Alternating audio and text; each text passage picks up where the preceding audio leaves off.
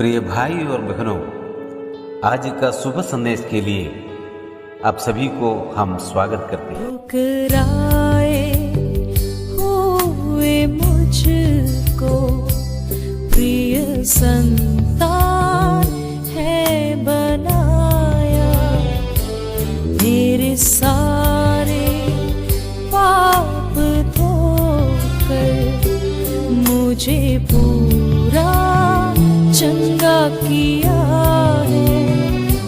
मेरी चाहत तेरे ही लिए, कोई और से छीन ना पाए।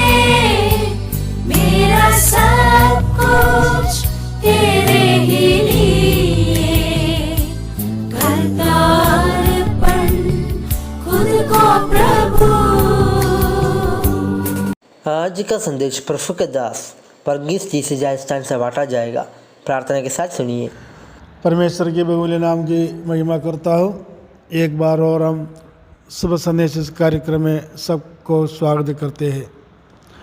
आइए आज के विचार के लिए हम निकालेंगे कुलोसियों की पत्री पहला अध्याय उसकी 21 से 23 तक आयत। तुम जो पहले निकाले हुए थे और बुरे कामों के कारण मन से बैरी थे, उसने अब उसकी शारीरिक देह में मृत्यु के द्वारा तुम्हारा भी मेल कर लिया, ताकि तुम्हें अपनी सम्मुख पवित्र और निष्कलंक और निर्दोष बनाकर उपस्थित करे। यदि तुम विश्वास की नींव पर दृढ़ बने रहो और उस समाचार की आशा को जिसे तुम ना सुना है ना छोड़ो, जिसका प्रचार आकाश के नीचे की सारी सृष्टि में किया गया है और जिसका मैं पौलुस सेवक बना। प्रभु के नाम की महिमा हो। हम इस आयतों में से जो पढ़ा है उसके अंदर से कुछ बात विचार करना चाहता है। पिछले कुछ समय से हम पहले अध्याय में से कुछ बातें विचार करते थे। आज उसकी 5वीं दिन के रूप में हम इस आयतों को देखते हैं। एक शुभ समाचार के द्वारा एक व्यक्ति जब प्रभु में आते हैं और उन लोगों का 3 प्रकार के अवस्था इस आयतों के अंदर हम देखते हैं। हर एक व्यक्ति जब हम विश्वास में आते हैं, प्रवेश मसीह के द्वारा उद्धार पाते हैं, यह उद्धार पाने से के पहले एक अवस्था है, अभी का एक वर्तमान अवस्था है और आने वाला समय में एक अवस्था है। ये हम तीनों का अवस्था क्या था, स्वभाव क्या था, रीति क्या था, इसके बारे में उसके पहला बात हम देखते हैं कि जब एक व्यक्ति प्रभु यीशु मसीह के द्वारा उद्धार नहीं पाने से पहले कैसा था, इसके बारे में 21 आयत के अंदर हमने पढ़ा है।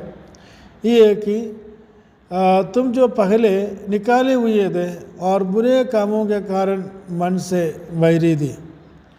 एक व्यक्ति प्रभु में नहीं आने से पहले की अवस्था परमेश्वर के द्वारा निकाला हुआ था और बुरे कामों के कारण मन से बैरी थी, परमेश्वर से दूर था और परमेश्वर से बैरी था और परमेश्वर के सम्मुख से निकाला हुआ था।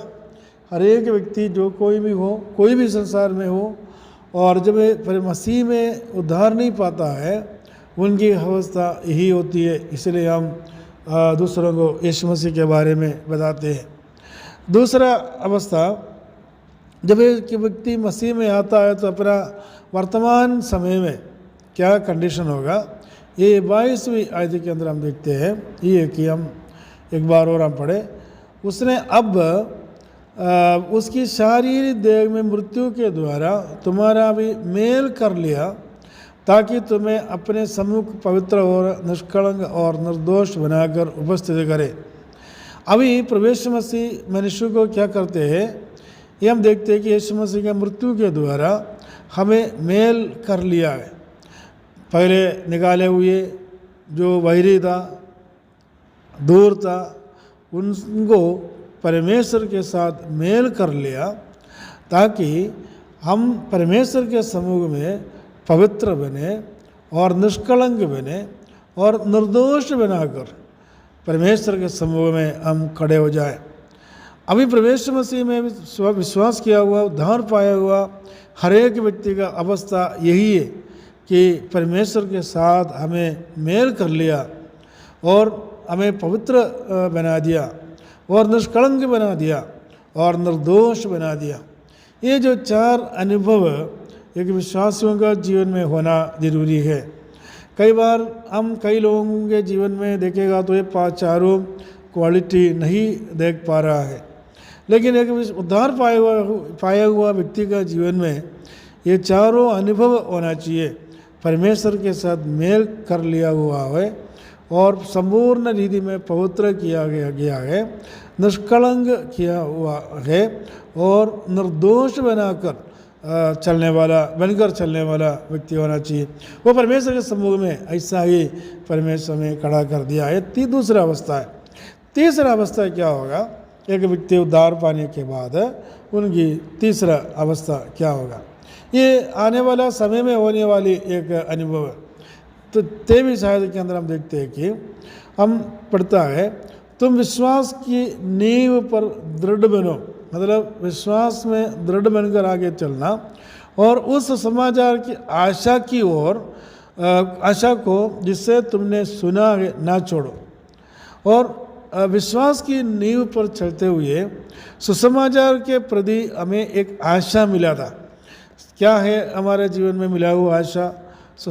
मसीही जीवन में एक आशा यही है कि हमारा मृत्यु के बाद में प्रभु यीशु मसीह जब दोबारा आएगा उस समय हमारा आत्मा प्रभु के हाथों में सुरक्षित रहेगा। यही है मसीही आशा। मतलब प्रभु यीशु मसीह पर विश्वास करने वालों के लिए यही आशा है कि यीशु मसीह के साथ हम हमेशा बने रहेंगे। यही आशा ये सुसमाचार से हमें मिला हुआ एक वायदा है। परमेश्वर का एक बड़ा एक ऑफर है, जो परमेश्वर का एक वरदान है, जो परमेश्वर ने दिया हुआ एक गिफ्ट है कि हमें उस आशा मिला कि सुसमाचार के द्वारा, यीशु मसीह के सुसमाचार के द्वारा हम परमेश्वर के समूह में जरूर हो जाएंगे या खड़े हो जाएंगे और परमेश्वर प्रभु के साथ रहेंगे, हमेशा रहेंगे। ये हमारे लिए मिला हुआ एक आशा है।